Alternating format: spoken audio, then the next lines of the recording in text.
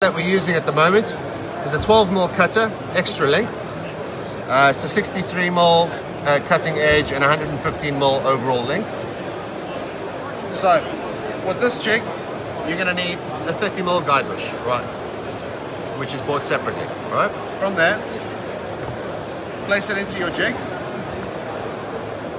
drop it down to the face of material. That's my 0 point. You can see there, it's not moving.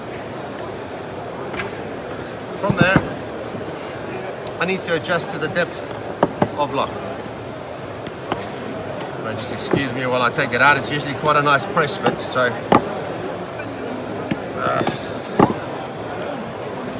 there we go.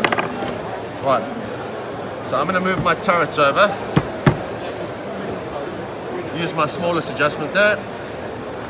Back this off. What I want to do is adjust it maximum depth of cut, so that's an exact cut. I prefer to back it off about 5mm, more or less. Lock it in position. Now when I do my cuts, I'm going to do 3 or 4 cuts, incrementally deeper as I go along. All of the cuts are going to be overlapping, right? The reason for that is that I want breakout for material. If I plunge straight down, I'm going to dull the bit, or it's going to seize up if I'm using an oak door. Right, so on my 4th plunge, it's going to be straight down to the bottom, and then I'm going to do complete plunges all the way around the material, and then clean it up afterwards.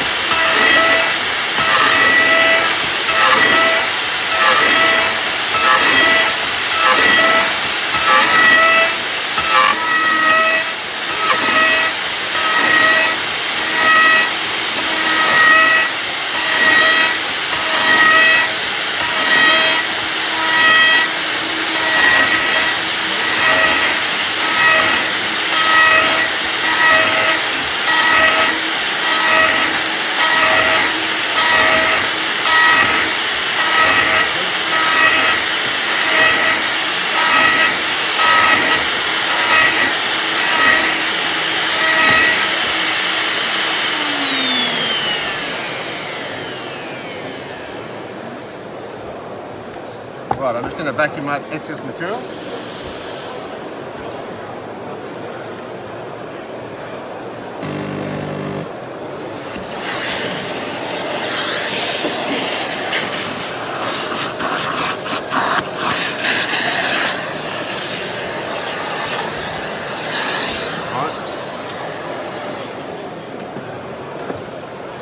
Right, so now I'm going to clean up the cuts. I've been doing plunge cuts now, so now I'm going to drop it in halfway in, route it to clean the edges, and then drop it full plunge and clean the edges. I don't drop it a full plunge at first, otherwise it's going to run up against the side of the cutter and it won't cut the surface properly.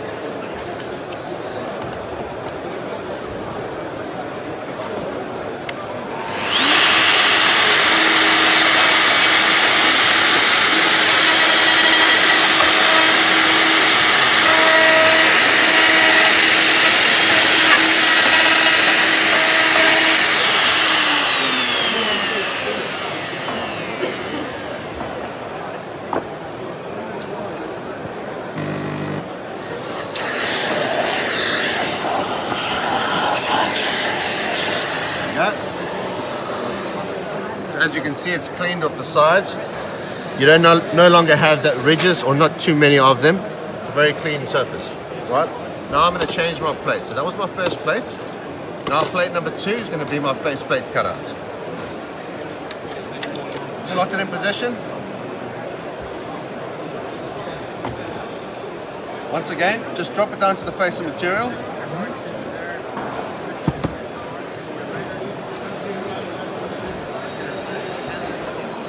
Once again, I want to adjust it to the thickness of the faceplate. Perfect. I like to have my lock slightly below the surface of the timber. So I'm going to fine adjust it here. So I'm going to back it off slightly so that it sits just below.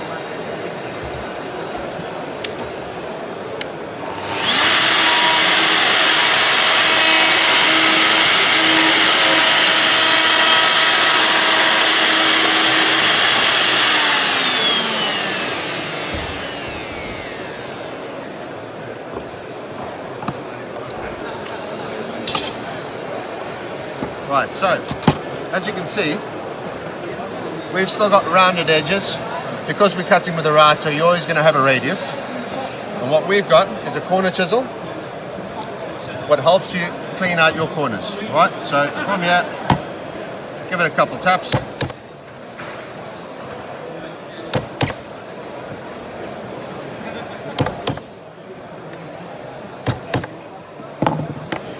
Just clean the corners out.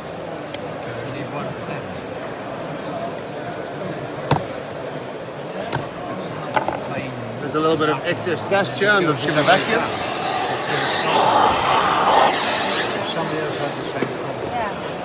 From there, your lock slots in perfectly, slightly below the surface. And this is a nice example. I've got a nice knot on the side here, which is nice hardwood, and if you're going over that with a chisel, the likelihood of you chipping it and giving a not so clean finish or a coarse finish is pretty high. So this is a very, very nice finish, slightly below the surface. It's exactly what I'm looking for.